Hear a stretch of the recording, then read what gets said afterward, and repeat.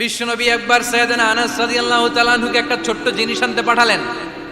সাইয়েদনা আনাস রাদিয়াল্লাহু তাআলা আনহু জিনিসটা আনতে যে মদিনার অলিতে গলিতে বাচ্চাদের খেলা দেখে জিনিস আনতে ভুলে খেলায় দাঁড়িয়ে গেলেন। ছোট মানুষ, ছোট্ট একটা বাচ্চা যদি আমার সাথে নেই, সে কি আমার প্রয়োজন বুঝবে?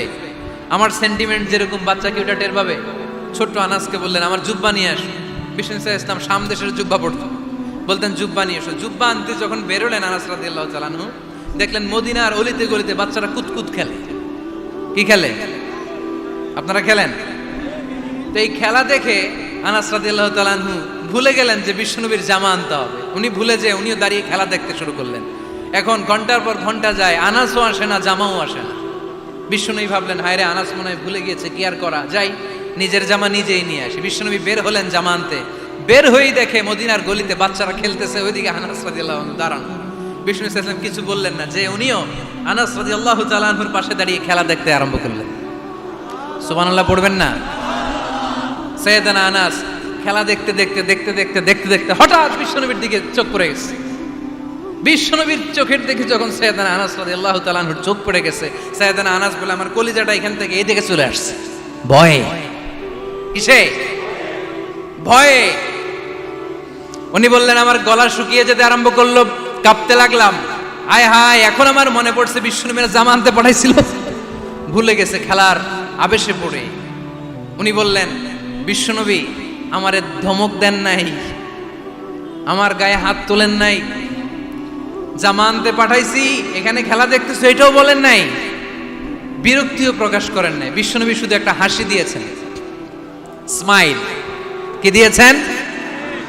একটা মুচকি হাসি দিয়েছেন। কি হাসি? সাইয়েদনা আনাস বলে, ওই যে ওই দিনের বিশ্বনবীর মুচকি হাসির শাসন মরার আগের দিন পর্যন্ত আমি আনাসকে সোজা রাস্তায় রেখেছি, আর ডানে বায়ে নেয় নাই। শাসন করতে জানলে লাঠি লাগে না, শাসন করতে জানলে ধমক লাগে না, শাসন করতে জানলে পিট্টি দেয়া লাগে না। মুচকি হাসি দিয়েও শাসন করা যায় কি যায় না? সাইয়েদনা আনাস বললেন, কোনোদিন মারে নাই, কোনোদিন ধমক দেয় নাই, সব সময় আমাকে আদর করেছে। চিল্লায় পড়েন সুবহানাল্লাহ। সাইয়েদনা আনাস বলেন, আমি 1 বছর নয়, 2 বছর নয়, 5 বছর নয়, 7 বছর নয়, 10 বছর বিশ্বনবীর খেদমত করেছি। ফামা দরাবানি, 10 বছরে একদিনও তিনি আমারে মারে নাই। সুবহানাল্লাহ। একদিন আমার গায়ে হাত তোলে নাই। হাত তোলা তো দূরের কথা, ওয়ালা সাব্বানি, কোনোদিন গালি দেয় নাই। ওয়ালা আবাসা আলা ওয়াজহি, কখনো বিরক্তির স্বরে ভ্রু কুঁচকে আমার দিকে বিশ্বনবী কোনোদিন তাকায় নাই। সুবহানাল্লাহ পড়েন। কোনোদিন আমার গায়ে হাত তোলে নাই। আরে হাত তোলা তো দূরের কথা, আমাকে ধমকি পর্যন্ত দেয় নাই।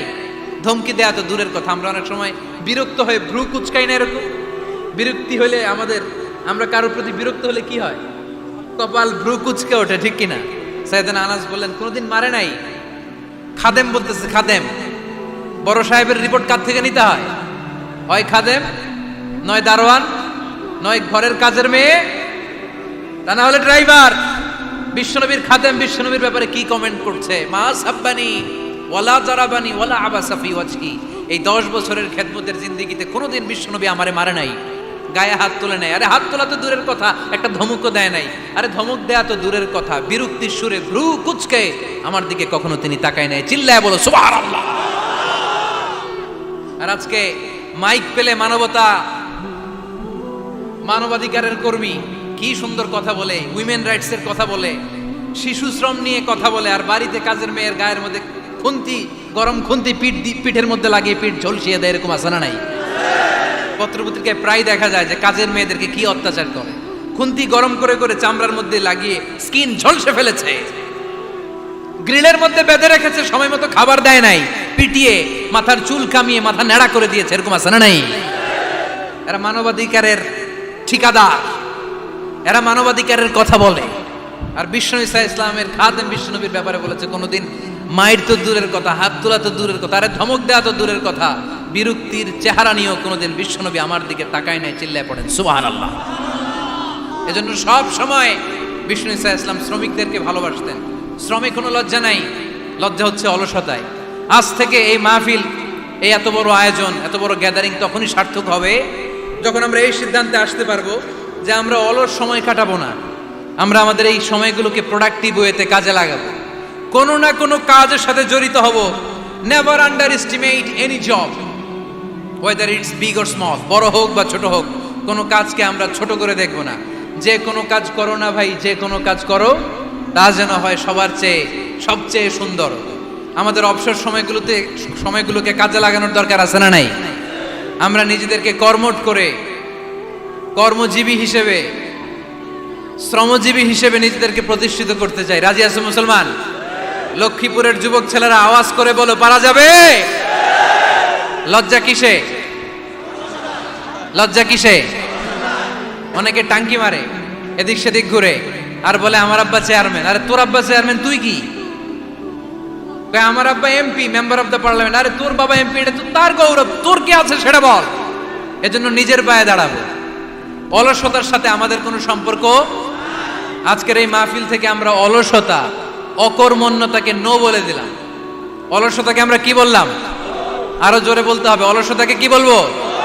আর সব সময় কর্মঠ থাকবো, এনার্জেটিক থাকবো, নিজের পায়ে দাঁড়াবো, আইডিয়া জেনারেট করব, এন্টারপ্রেনার হওয়ার চেষ্টা করব, নতুন নতুন উদ্যোক্তা হওয়ার মাধ্যমে আমরা আমাদের নিজেদের ভাগ্য পরিবর্তনের চেষ্টা করব। কারণ আল্লাহ বলেছেন, ইন্নাল্লাহা লা ইউগাইয়িরু মা বিকাউমিন হাত্তা ইউগাইয়িরু মা বিআনফুসিহিম। আল্লাহ তাআলা ততক্ষণ পর্যন্ত কোনো জাতির ভাগ্যের চাকার পরিবর্তন করে না যতক্ষণ পর্যন্ত ওই জাতি নিজে নিজের ভাগ্যের চাকার পরিবর্তন করতে না চায়। চিল্লা এখন ঠিক কিনা?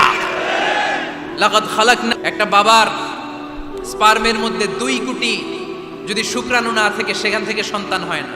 তার মানে এই 2 কোটি শুক্রাণুর মধ্য থেকে আপনি একজন সফল মানুষ, যিনি বাকি 2 কোটির মধ্য থেকে সব শুক্রাণুগুলোকে হারিয়ে আপনি সফল হতে পেরেছেন। সেখান থেকে দুনিয়ার বুকে আপনি যখন এসেছেন, আপনাকে সংগ্রাম করে আসতে হয়েছে। যারা সিজারের মাধ্যমে পৃথিবীতে আসে তাদের এই সংগ্রামটা থাকে না, কিন্তু যারা নর্মাল প্রসেসে পৃথিবীতে আসে তাদের প্রচন্ড সংগ্রাম করে, প্রচন্ড চাপা খেয়ে পৃথিবীতে আসতে হয়, ঠিক কিনা? কারণ আমাদের সাইজ ছিল অনেক বড়। আমাদের মায়ের যে অঙ্গটা দিয়ে আমরা পৃথিবীতে আসব, ওই জায়গাটা ছিল খুবই সরু। আমাকে সংগ্রাম করে, আমাকে যুদ্ধ করে, আমার নিজের অস্তিত্বের প্রমাণ দিয়ে চিৎকার মেরে এই পৃথিবীতে আসতে হয়েছে। চিল্লায় বলো ঠিক কিনা? এজন্য এই পৃথিবীর বুকে আমরা যতদিন থাকবো সংগ্রাম করে বাঁচতে হবে, ঠিক কিনা?